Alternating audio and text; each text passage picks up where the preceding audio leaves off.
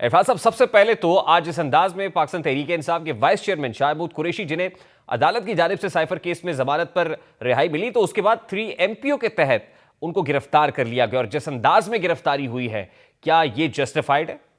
लेकिन मसला ये है कि मैंने तो जब फवाद चौधरी साहब की गिरफ्तारी हुई पिछले दिनों और उन्हें हथकड़ी डाली गई और उनके मुंह पे कपड़ा डाला गया, तो मैंने सेनेट में खड़े होके PMLN का नुमाइंदा होने के बावजूद एहतजाज किया था और मैंने कहा था कि ये रविश गलत है, क्यों हथकड़ियाँ डालते हो, क्यों इस तरह से करते हो, अगर किसी का कोई जुर्म है तो तरीके सलीके से काम करो।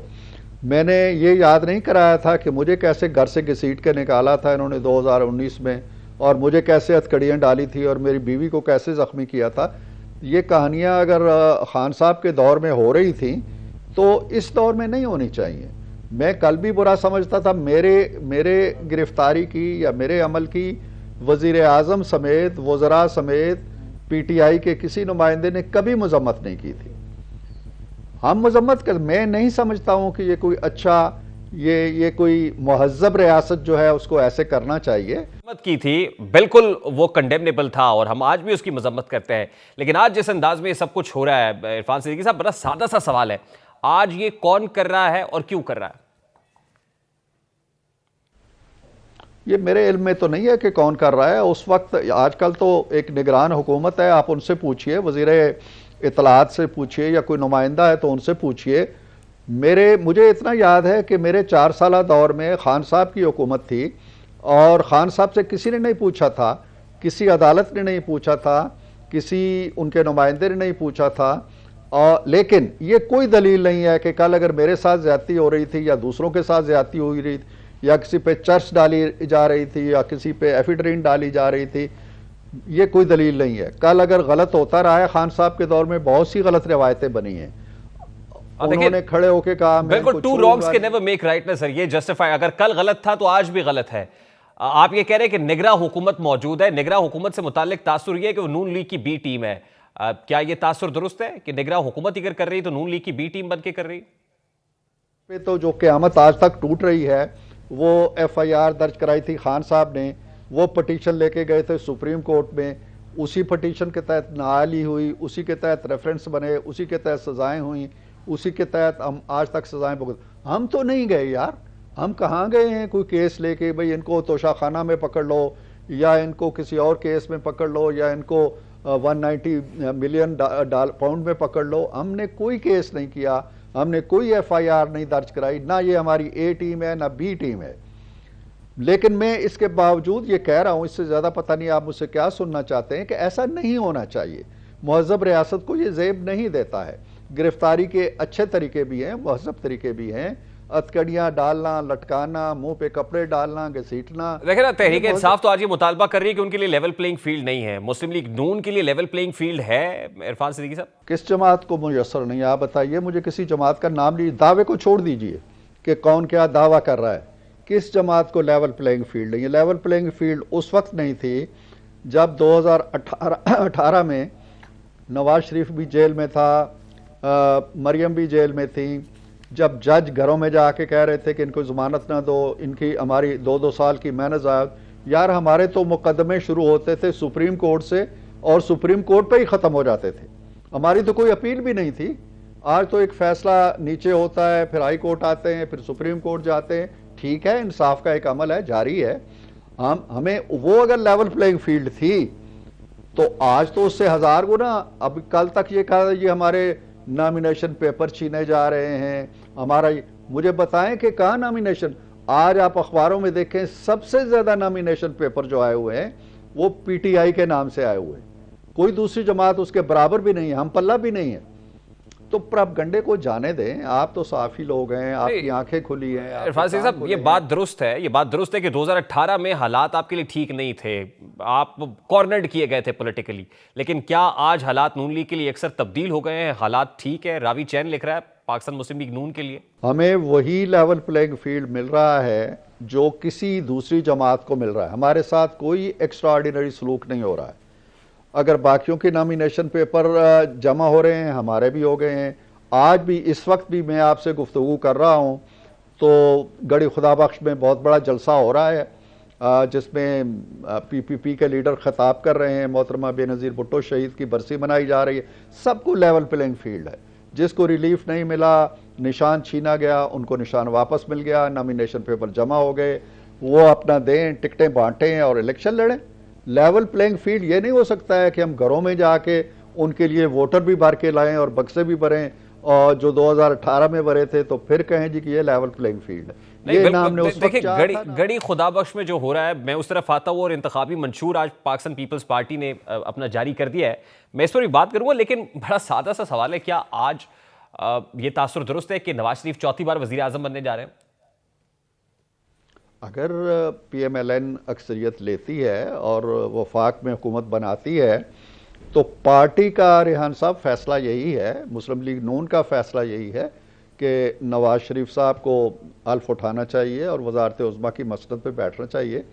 और ज़ाहिर है कि हमारे यहाँ ये रिवायत नहीं है कि कोई अपने आप को पेश करे कि मैं वज़ीर आज़म बनना चाहता हूँ, या ऐलान करे जलसों में कि मुझे वज़ीर आज़म बनाओ। हमारे यहाँ ये रिवायत नहीं है। तो जिसको पार्टी अभी तक जो फैसला है वो तो यही है कि मियाँ साहब होंगे। देखिए ना, ऑन ग्राउंड इस वक्त प्रैक्टिकली तमाम तर जमातें एक्टिव हो गई हुई हैं, लेकिन क्या वजह है कि पाकिस्तान मुस्लिम लीग नून अभी तक इंडोर कैंपेन चला रही है? देखिए, आज बिलावल साहब ने भी इंतखाबी मंशूर जारी कर दिया, पीपल्स पार्टी ने भी बता दिया है अवाम को कि वो किस बयानिए के तहत उतरेंगे 2024 के इंतखाबात में। तो नून लीग अभी तक कितनी साइलों में या इंडोर कैंपेन क्यों जारी रखे हुए हैं सर? हम इंडोर कैंपेन हमारी कोई नहीं है, हम इलेक्टोरल कैंपेन के अंदर हैं। हमने मंशूर कमेटी बनाने के बाद हमने 40 ज़ैली कमेटियां बनाई जो मुख्तलिफ शोबों में काम करें। उन्होंने अपनी अपनी बड़ी एक्सक्लूसिव किस्म की और बड़ी वसी तर किस्म की मुशावरत की। उन्होंने अपना काम मुकम्मल कर लिया। फिर ये टिकटों की तकसीम का अमल शुरू हुआ। नवाज शरीफ खुद बैठे, पार्टी के सदर शहबाज शरीफ साहब बैठे, वो एक एक कैंडिडेट का इंटरव्यू किया। ये सिलसिला 2 या 3 दिन और जारी रहना है। तो by the beginning of January इंशाल्लाह आपको हम नज़र आएंगे, सड़कों पे भी नज़र आएंगे, जलसों पे भी नज़र आएंगे। और देखिए ना, आप इंतखाबी मंशूर कमेटी के सरबराह हैं। एक बयानिया था वोट को इज्जत दो, फिर उसके बाद मफाहमती बयानिया इस वक्त दिखाई दे रहा है। तो क्या ये बयानियों में शिफ्ट की वजह से नून लीग की मकबूलियत में कोई कमी वाकई हुई? अगर हुई है तो फिर आप किस इंतखाबी मंशूर के तहत खासतौर पर क़यादत को भी और नून लीग को कहेंगे कि मैदान में उतरना चाहिए, क्योंकि आप तो मंशूर कमेटी के सरबराह हैं? देखिए, अगर आप मुझे इजाज़त दें तो मैं ये कहूँगा कि मुफ़ाहमती बयानिया या मुज़ाहमती बयानिया, ये तकसीम में मेरे जहन में तो नहीं है, आप लोगों ने तकसीम कर रखी है। जब कोई ये कहता है कि वोट को इज़्ज़त दो, तो ये क्या किसी से लड़ाई करता है? वो किसी से मज़ाहमत करता है? वो किसी के वजूद की नफ़ी करता है? वो आइन के तकाज़ों के मुताबिक बात नहीं कर रहा होता। वो कानून क्या कहता है, दस्तूर क्या कहता है, जमहूरियत क्या कहती है, यही कहती है ना कि वोट को इज़्ज़त दो। जब मैं कहता हूँ कि वोट को इज़्ज़त दो, तो इसका मतलब ये तो नहीं है कि मैं किसी इदारे के खिलाफ तलवार लेके खड़ा हो गया हूँ। वो खुद चाहते हैं कि वोट को इज़्ज़त होनी चाहिए।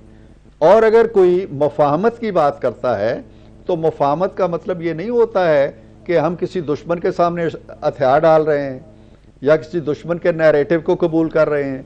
ये मेरा ख्याल है कि इस्तिलाहात जो वज़ा कर ली गई हैं हमारे मीडिया के अंदर, ये कुछ ज़्यादा अच्छी नहीं है। हाँ, रही ये बात, हमारा बयानिया मौजूद है, ये मंशूर के अंदर भी आएगा। वोट को इज़्ज़त का मतलब अवाम के वोट की इज़्ज़त अफजाई है, सिविल जो अथॉरिटी है उसकी सुपरमेसी है, आइन की सुपरमेसी है, पार्लियामेंट की सुपरमेसी है, जमहूरियत की सुपरमेसी है। हम इससे दस्तबरदार नहीं हुए और ना होंगे। ये हमारे नज़रिए के अंदर है, हमारी सरिश्त के अंदर है, हमारी खसलत के अंदर है। लिहाजा इससे हम दस्तबरदार नहीं हो रहे। रहा ये कि मुफ़ाहमत, हमारी कभी किसी से कोई जंग नहीं थी। अगर कोई हमसे चुटकी लेता था तो लेता रहता था। हमने अगर कहीं पे किसी कोने खुदरे में जा खड़े हुए हैं दिफाई पोजीशन में, तो उसको भी जंग नहीं समझना चाहिए। ये एक ही मुल्क है यार, इसमें हम सब एक हैं। वोट को इज्जत दो को आप लोगों ने या मीडिया ने अगर ये समझ लिया है कि ये कोई फौज मुखालिफ नारा है या किसी और के मुखालिफ नारा है, लेकिन आप नहीं समझते कि दिफाई पोजीशन पर जाने से नून लीग की मकबूलियत में कमी वाकई हुई? हम दफाई पोजीशन सा, एक तो मैं समझ नहीं रहा कि दफाई पोजीशन से आपका क्या मकसद है।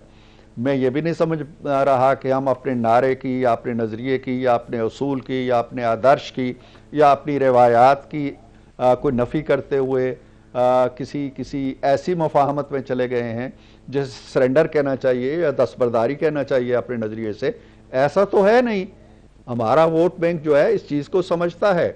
आज भी आप जो अभी होले होले सर्वे आना शुरू हो गए हैं, वो आप देखिए देखिए जो जो जो वोटर होता है ना, वो इन बहस व तमीज़ में बहुत कम पड़ता है।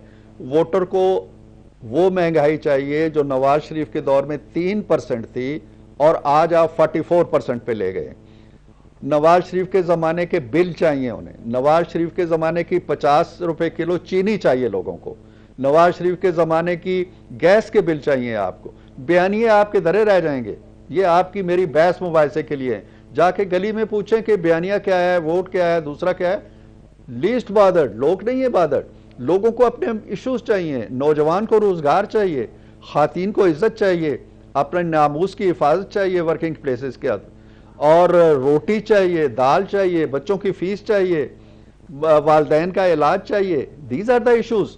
और ये नवाज शरीफ की हुकूमत ने, शाहबाज की मैं इरफान साहब मकबूलियत के हवाले से अपने जरा सवाल को रिफ्रेज कर देता हूं ना। असल में कुछ सियासी अकाबरीन भी, फैसल वोडा साहब का मैं नाम ले लेता हूं, उनका कह रहा था कि सर्वेज की अगर बात की जाए तो नून लीग को खुला मैदान देखकर देख लिया है, लेकिन खाली मैदान में भी नून लीग चौथे नंबर पर आ रही है, तो क्या करें। तो पॉपुलैरिटी जिसकी तवक्को थी कि कायद मुस्लिम लीग नून आएंगे ऑन ग्राउंड तो पॉपुलैरिटी बहुत ज्यादा होगी, वो तो दिखाई नहीं दे रहा प्रैक्टिकली। मुझे नहीं मालूम कि किस उस तजिए का आप जिक्र कर रहे हैं, और अगर इससे भी ज़्यादा हम निचले नंबर पे आप दिखा दें, हमें कोई फ़र्क नहीं पड़ता। हमें अच्छी तरह मालूम है कि हम किस नंबर पे हैं, और हमें अच्छी तरह आवाम की पल्स का भी अंदाज़ा है, हमें अच्छी तरह आवाम की फीलिंग्स का भी अंदाज़ा है। हम आवाम के जो एहसासात हैं, जज्बात हैं, शऊर है, उस पर भी यकीन रखते हैं। इंशाअल्लाह अगर हमें वक्त मिला और 8 फरवरी के बाद मैं आपके साथ प्रोग्राम कर सका तो फिर इस पे बात करेंगे। अच्छा, लास्टली, अगर नून लीग हुकूमत बनाती है तो क्या मखलूत हुकूमत होगी इरफान सिद्दीकी साहब, या फिर single largest party Pakistan Muslim League Noon होगी? What are you looking at? देखिए रेहान साहब, जहाँ तक जमातों का ताल्लुक होता है, हम भी भरपूर जद्दोजहद करेंगे, दीगर जमातें भी भरपूर जद्दोजहद करेंगी। ख्वाहिशें या ख्वाब या आरज़ुएँ और तमन्नाएँ ये एक अलग चीज़ होती है। अमली हक़ाइक़, ज़मीनी हक़ाइक़ अलग चीज़ होते हैं। हमारी यकीनन ख्वाहिश होगी कि हम शायद 2/3 से गवर्नमेंट बनाएं, लेकिन क्या हम सिंपल मेजॉरिटी ले सकते हैं या उसमें भी कोई कजी कमी रह जाती है? कोई दावा मैं नहीं करना चाहता। हम ये दावा करने की पोजीशन में जो ज़मीनी हकीकतें हैं कि इंशाअल्लाह PMLN जो है वो सर फहरिस्त होगी